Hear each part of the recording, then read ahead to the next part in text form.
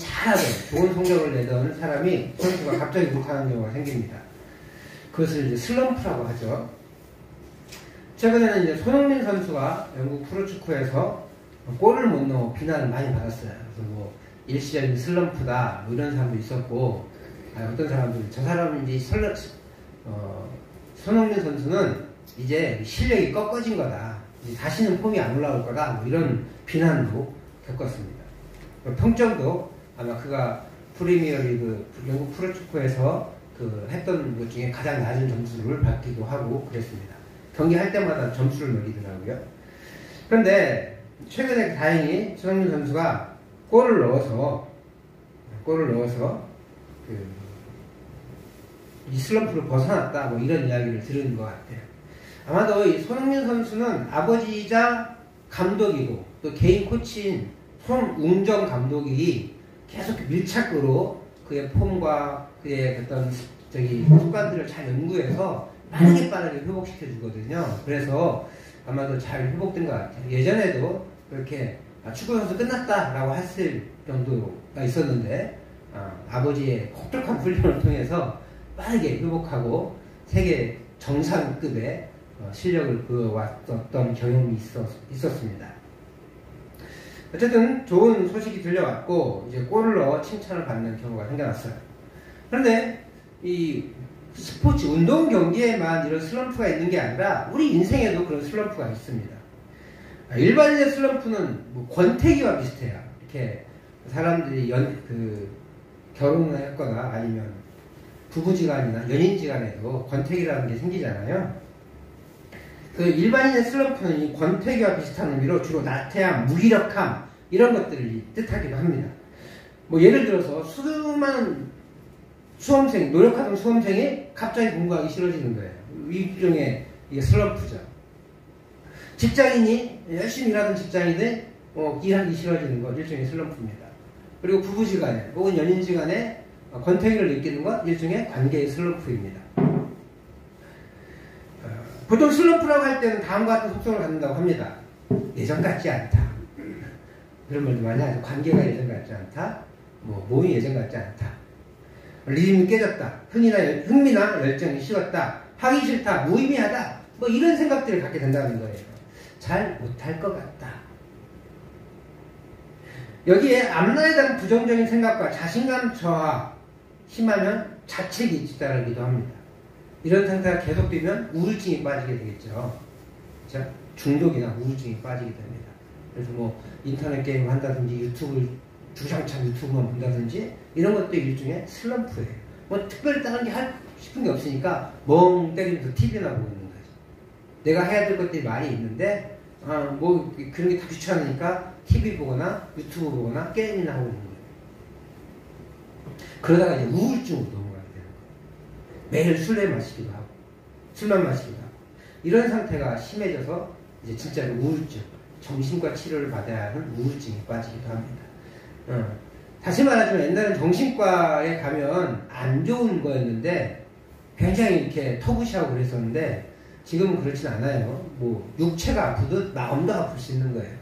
마음이 아프면 정신과에 가서 신경정신과에서 치료를 받는 거고, 몸이 아프면 각각의 그 육체를 다스리는 거기서 치료를 받는 거예요. 나쁜 게 아니에요. 아플 수 있습니다. 마음도 아플 수 있고 그 다음에 몸도 아플 수 있는 거예요. 그걸 참으면 뭐가 돼요? 화병이 돼요. 화병은 전 세계 어디 나라에도 없고 대한민국에만 있는 질병이에요. 그래서 의학 사전에 화병이라고 영어로 써 있어요. 신기하죠? 그러니까 그만큼 우리나라에만 있는 병이기 때문에 그래요. 참으라고 해서 생기는 병인 거예요. 터트려야 돼요.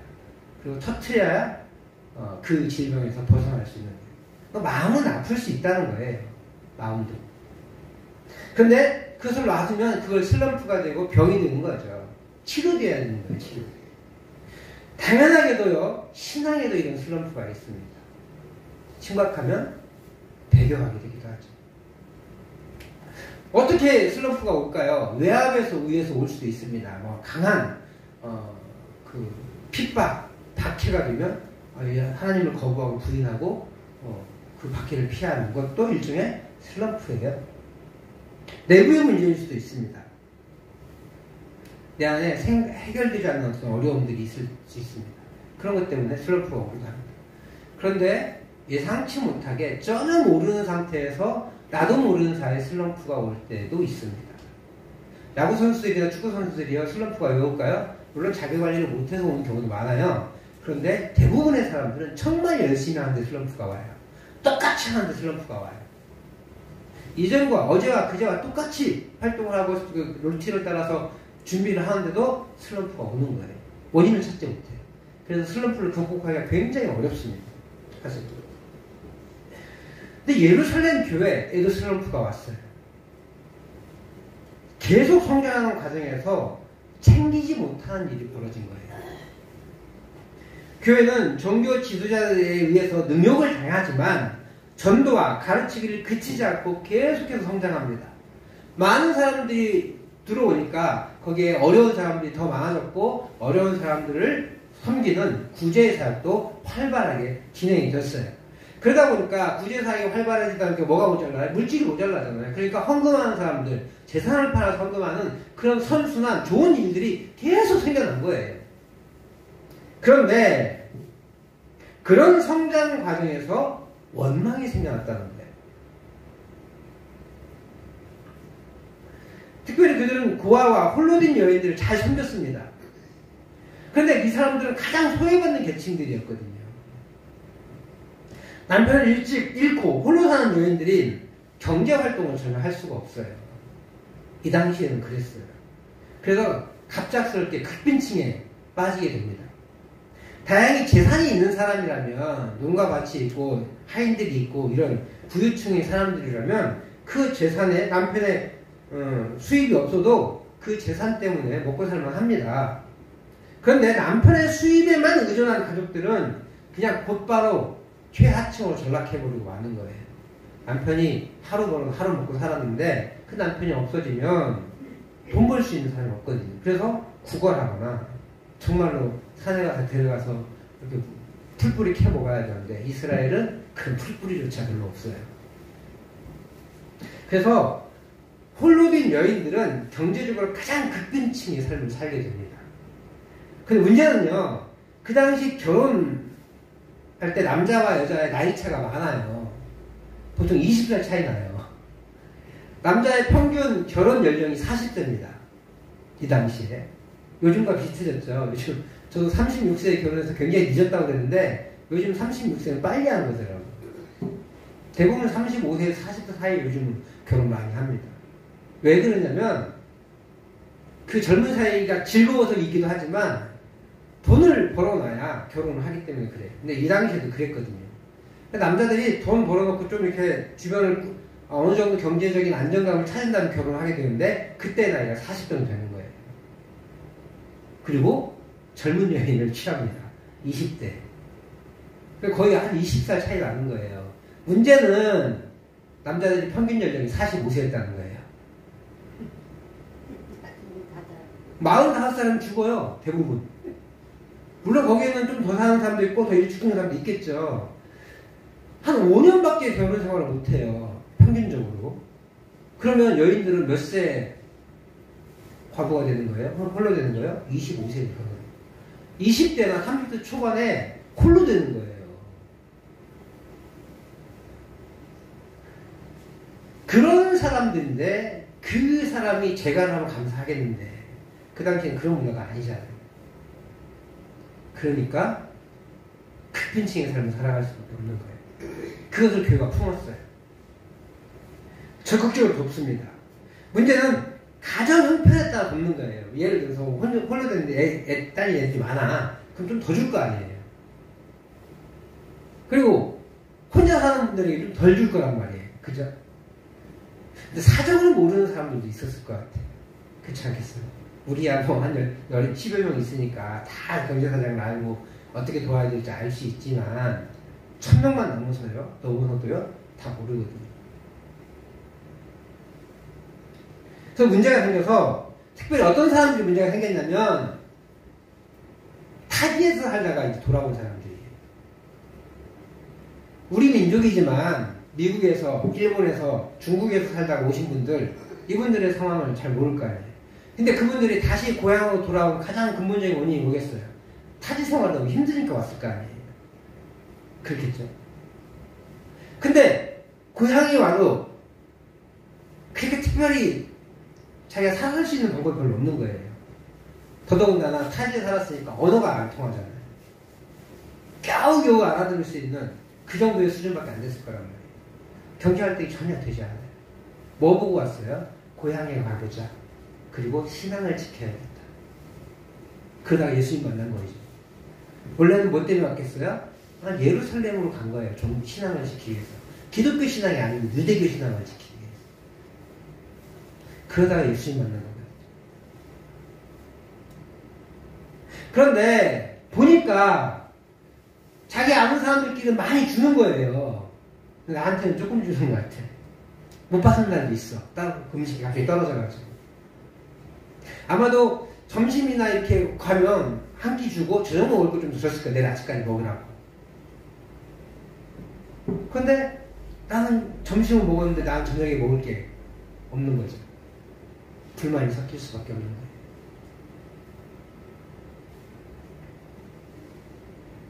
그렇게 소외당하는 느낌을 받은 사람들이 여기에서 불평이 생겨났습니다. 그런 상황에서 교회는 돌파구를 찾아야 했어요. 갑작스러운 상황에 교회는 흔들릴 수 있었고 슬럼프로 빠져들 수 있었기 때문입니다. 영적 슬럼프는 어떤 큰 일을 당해서 오기도 하지만, 큰 박해라든지 이런 것 때문에 오기도 하지만 어느 순간인지 모르게 오기도 합니다. 오늘의 본문의 예루살렘 교회는 이런 문제가 생길 거라고 전혀 예상하지 못했을 거예요. 그들은 그저 최선을 다해 교회를 섬겼을 뿐이에요. 다소 억울했을 거예요. 우리가 뭐 내가 나 더 잘 먹으려고 한 게 아니라 정말 어려우니까 그 사람한테 그 식구가 먹을 만큼 준 건데 내가 잘못한 게 뭐가 있습니까?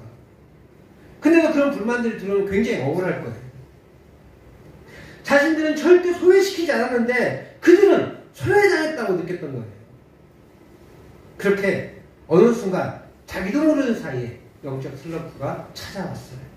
이 예루살렘 교회. 근데 문제는 영적 슬럼프에 빠진 사람들은 그가 영적 슬럼프에 빠졌다는 것을 모른다는 거예요. 또 알 수 있어요. 알 수 있지만 그것을 어떻게 해결해야 되는지 방법을 몰라요. 더 문제인 건 해결할 의지가 없는 거예요. 그냥 뭐 대충 살다 가는 거지 뭐. 하나가 좋으니까 이대로 하다 가는 거지 뭐. 이렇게 그냥 슬럼프에서 헤어나지 못하고 살아가는 경우가 허다합니다.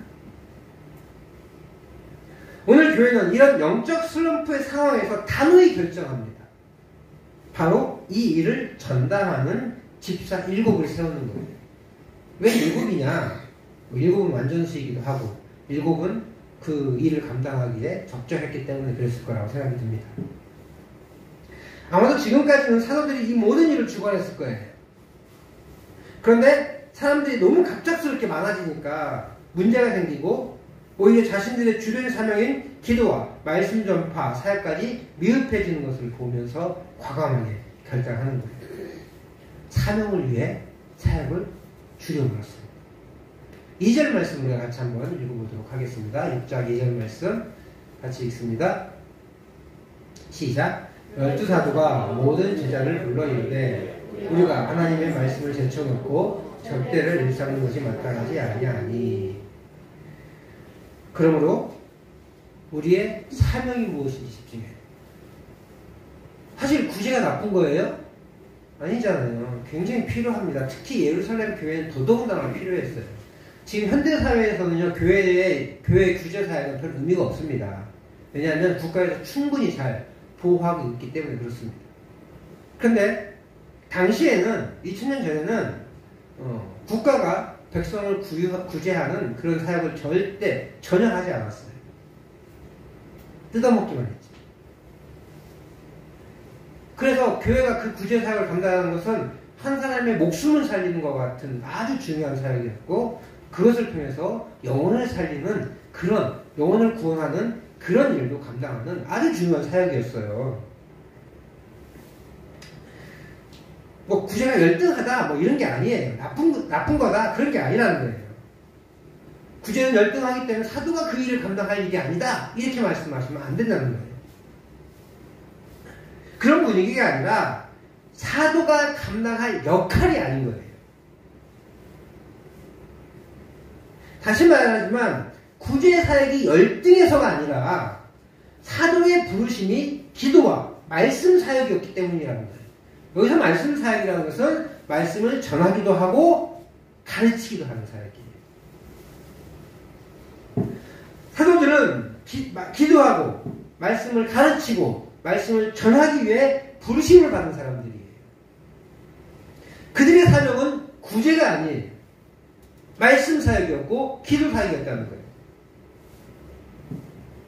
구제 사역을 통해서 영혼의 구원이 일어납니까? 안 일어납니까? 일어나요. 물론 최종적으로 말씀 사역을 통해서 영혼 구원이 일어나지만 구제를 통해서 그 마음문이 열리고 말씀을 듣고 그 말씀을 통해서 들은 말씀을 통해서 영혼의 변화가 일어나잖아요. 그러니까 구제는 굉장히 중요한 사역이었고 또 교회의 전도의 한 일환이었다는 것이. 그렇지만 지금 사도들은 구제를 통해 영혼 구원하는 일에 부르심을 받은 것이 아니라 기도하고 말씀을 전하며 가르치는 일에 부르심을 받았다는 거예요. 그렇기 때문에 자기의 생각과 행동이 흩어지지 않게 주의를 기울여야 했어요. 그 일에 방해받지 않도록 주변의 일들을 정리해야만 했다는 거예요. 그렇게 구제 때문에 자신들의 본질적인 사명을 방해받지 않기 위해서 사도들은 과감하게 그들의 사역을 줄이기로 결심합니다. 그리고 이 사역을 감당할 집사들을 선출하기로 합니다. 그렇게 구제 사역이 중요하기에 자격 기준이 가장 먼저 언급되는데요. 바로 가장 먼저 언급되는 자격 기준이 뭐냐면 성령 충만이에요. 사도들이 그 사역을 줄이긴 하죠. 손을 놓긴 하지만 그 사역이 중요하지 않은 것이 아니라 중요하다는 것을 보여주는 것이 이 사도들, 일곱 집사의 자격 기준이에요. 자격 기준. 첫 번째 자격 기준이 뭐라고요? 성령 충만. 그러니까 교회 사역은요, 성령의 감동으로 이루어져야 하는 거예요. 억지나, 그 다음에 사람들에게 의의를 드러내기 위해서 하는 것이 아니라 성령의 감동으로 의해서 이루어져야 한다는 것을 보여줍니다. 앞서 이야기한 것처럼 말씀 전파, 기도의 사명은 중요하고 구제의 사역은 중요하지 않아서 그런 것이 아니에요. 여기서 구제 사역을 감당할 집사들의 자격 기준을 보면 다시 한번 보면 알 수 있는데 6장 3절 말씀을 같이 한번 읽어보겠습니다. 6장 3절 같이 읽습니다. 시작. 형제들아 너희 가운데서 성령과 지혜가 충만하여 칭찬받는 사람 7을 택하라. 우리가 이 일을 그들에게 맡기고. 자, 앞에 자격기준 첫 번째 자격기준이 뭐라고 했어요? 성령 충만. 그 다음에 뭐예요? 지혜. 그리고 마지막으로 칭찬받는 사람. 꽤 수준이 높지 않습니까? 구제 사역을 하려면 성령 충만해야 되나요? 지혜가 많아야 돼요? 석박사가 있어야 돼요? 사람들에게 칭찬받아야만 하는 사람이 이 구제 사역을 감당할 수 있어요? 그렇지 않잖아요. 좀 일빠릿빠릿하고, 그죠? 참 빠르고, 몇 명 모이니까 몇 명분 준비해야겠네. 밀은 얼마큼 사야 되고, 물은 얼마큼 준비해야 되고, 설탕은, 소금 얼마큼 준비하고, 이렇게 해서 준비해야겠네. 그리고, 주로 이제 빵을 만들어서 먹는 사람들이니까, 빵을 만들 수 있는 제빵 기술자가 필요하잖아요. 근데 그 기준이 뭐예요? 성령 충만, 지혜 충만, 그리고 칭찬받는 사람. 뭔가, 우리가 생각했던 그 기준과 다른 것 같아요.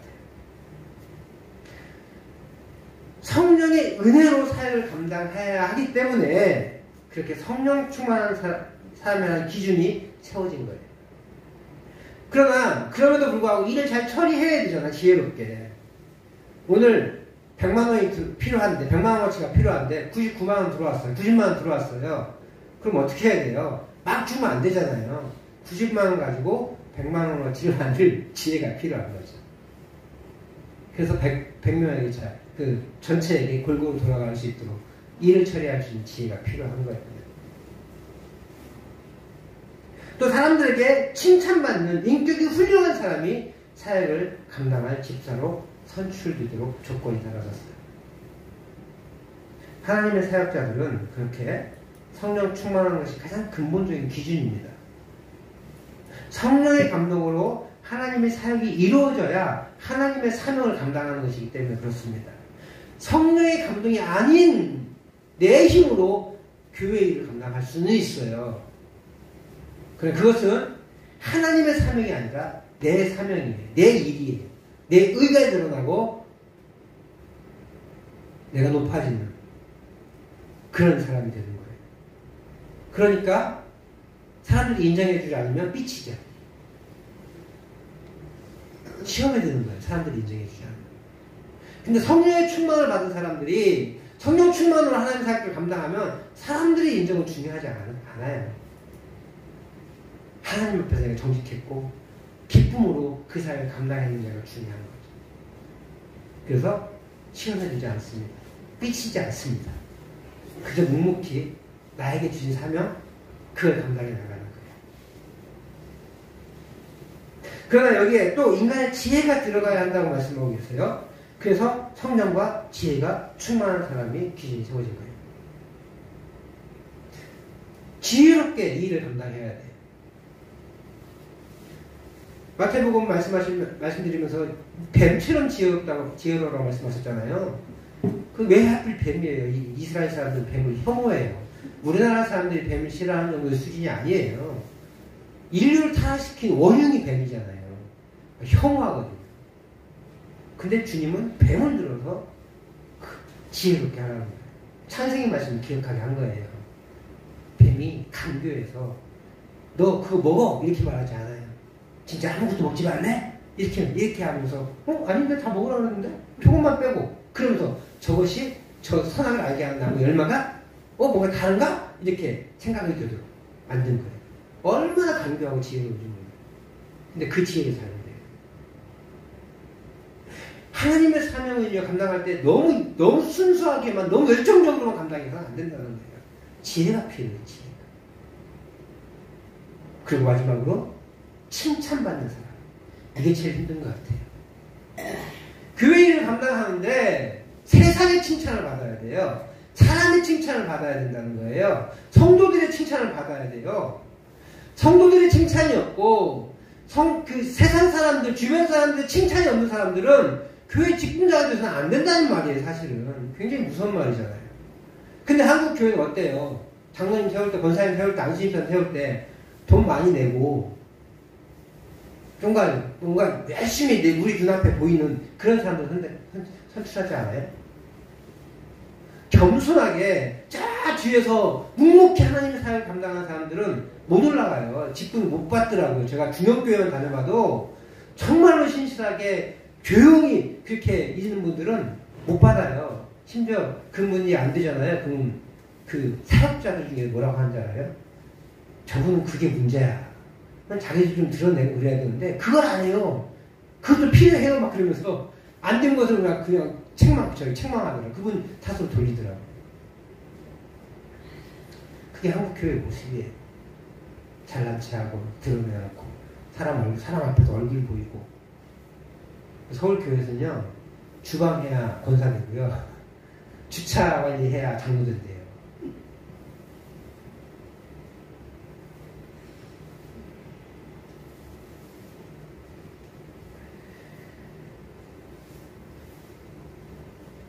근데 있잖아요. 사람의 칭찬을 받을 수 있어요. 얼굴 드러내서 칭찬받는 게 아니라 묵묵히 자기 일을 가고 또 교회 일을 열심히 하지만 세상의 사람들한테도 칭찬받는 지혜가 필요하다는 거예요. 그렇게 사람의 칭찬을 받을 때 하나님의 사명을 온전히 감당하는 사역자가 될 수 있는 거예요. 사명을 방해하는 일을 수습할 때 예루살렘 교회의 기준은 명확합니다. 첫 번째 기준, 성령 충만. 그런데 성령 충만은 우리가 하나님의 사명을 감당하는 첫 번째 기준이 되어야 합니다. 사도들이 교회 슬럼프를 대처하는 방식을 시간을 쪼개서 더 열심히 하겠다는 게 아니었어요. 오히려 자신들은 이 일에 손을 떼겠다 라고 말하고 있어요. 다시 말하지만 중요하지 않아서가 아니라 역할을 분담하고 또 그만큼 하나님의 사명을 감당하기에 적절한 일꾼들이 교회에 있었다는 거예요. 더 놀라운 건 사도들이 너 집사해 라고 하지 않았어요. 누가 뽑았어요? 교회가. 성도가 뽑았어요. 이걸 본받아서 오늘날도 그렇게 교회에서 선출하고 그러는데 인기투표하지 않아야 돼요. 우리 교회가 나중에 혹시 임직을 하게 되는 경우가 있게 된다면 반드시 기도하면서 임직할 일꾼들이 세워질 만한 그릇 준비가 되었을 때 그때 임직을 하되 기도하면서 그 사람이 상처가 될 수도 있겠지만 그분이 임직받을 만한 믿음이 있는지 보고 임직을 할 수 있기를 부탁을 드립니다. 사도들이요 어떻게 열심히 안 했겠어요. 정말 죽을 힘을 다해서 하지 않았겠어요. 그런데도 문제가 생깁니다. 자신도 모르는 사이에 스리슬쩍 문제가 침투해온 거예요. 이렇게 영적 슬럼프도요 스리슬쩍 찾아옵니다. 나도 모르는 사이에 찾아옵니다. 그러다가 크게 충격적인 사건으로 다가오는 거죠. 그런데 우리는 이 영적 슬럼프 앞에서 어떻게 대처해요? 포기해버리죠. 아유, 난 믿음이 없어요. 그렇게 치부해버리죠. 혹은 더 열심히 해야 되는데 한탄합니다. 그런 사도들은 그렇게 하지 않았어요. 오히려 일을 줄이고 더 본질적인 일에 매진하겠다고 선언합니다. 사역에는 방해하는 것들이 많이 있어요. 영적 침체는요 오히려 바쁠 때 터집니다. 바쁘기에 기도하지 못하고 바쁘기에 성경 보지 못합니다. 사역에 집중하다 보니 하나님과의 관계가 멀어지게 되는 거죠. 다시 회복해야지 하는 줄 알지만 이 핑계에 저 핑계가 생겨나는 겁니다. 그렇게 우리가 하나님과의 관계를 회복하고 하나님의 사명을 이뤄나가는데 방해가 너무 많이 생겨요. 그러나 그대로 그 방해 세력에 무너지면 신앙의 색깔을 잊어버리고 살 것이 아니라 다시 회복해야 합니다. 다시 한번 하나님의 부르심의 사명을 감당하기 위해 성령 충만을 위해 기도하고 내 의지를 들여 잘못 가고 있는 부분, 즉 내 사명이 아닌데 사람들 보기에 혹은 내 욕심 때문에 가고 있는 길이 무엇인지 점검해 봐야 돼요. 영적 슬럼프는 스리슬쩍 찾아옵니다. 그러다 보면 어떤 문제가 뻥 터지게 되겠죠. 어떻게 오는지 모르기에 누구나 당하게 되어 있습니다. 아무리 뛰어난 운동 선수라도 슬럼프가 없는 것은 아니에요. 다만 훌륭한 선수일수록 이 슬럼프 기간이 줄어듭니다. 영적인 것도 마찬가지예요. 누구나 영적 슬럼프를 겪습니다. 근데 훌륭한 신앙인일수록 슬럼프의 기간이 짧고 슬럼프의 깊이도 얇습니다. 그래서 빠르게 회복되는 거예요. 우리의 생각을 단단 명료하게 만들어야 돼요. 이리 기우 저리 기우 그렇게 기웃거리는 것이 아니라 처음부터 하나님이 나를 부르신 사명에 집중해야 돼요. 근데 다른 사람들 보면 저게 더 멋있어 보이고 저게 더 멋있어 보이니까 나도 저거 하고 싶고 나도 저거 하고 싶은 거예요. 그러다 보면 우리 생각이 자꾸 흐트러져요. 그러다 보면 뭐 해요? 원망하죠. 하나님 왜 저한테는 저거 안 주셨어요? 하나님 왜 저한테는 저거 안 주셨어요? 나도 저거 하고 싶어요. 이러면서. 근데 에이 모르겠어요. 저는 안 할래요. 이렇게 포기해버리는 거죠. 하나님께 집중하고 받은 사명에 집중하여 모든 결과지들을 쳐낼 수 있어야 합니다. 우리의 마음이 한없이 흔들릴 수 있어요. 고난과 어려운 환경들, 예상치 못한 변화에 동요될 수 있습니다. 그런데 거기에 동요되지 말고 오직 하나님이 이 땅에 보내시고 우리 구미중앙교회에 보내신 사명을 깨닫고 그 사명 붙잡고 그 사명에 집중해서 사명을 방해하는 모든 것들을 물리칠 수 있어야 합니다.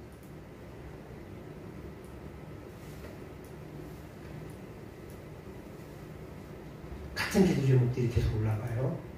근데 그 기도 제목이 저는 괜찮습니다. 저는 감사하고 그것을 위해서 계속 기도하기 때문에 그것이 정말 주님께서 나에게 주신 사명이라고 믿기 때문에 그런 기도 제목이 올라온다고 믿습니다. 이루어질 때까지 끝까지 가야 될 때까지 그 길을 걸어가실 수 있는 주의 이름으로 축복합니다. 저와 우리 성도님들이 그렇게 하나님 나라의 사명을 붙잡고 내게 맡겨진 사명, 그 사명을 따라 어떤 슬럼프가 와도 이겨내므로 하나님의 기쁨이 되는 주의 거룩한 백성 되시기를 다시 한번 주의 이름으로 축복합니다.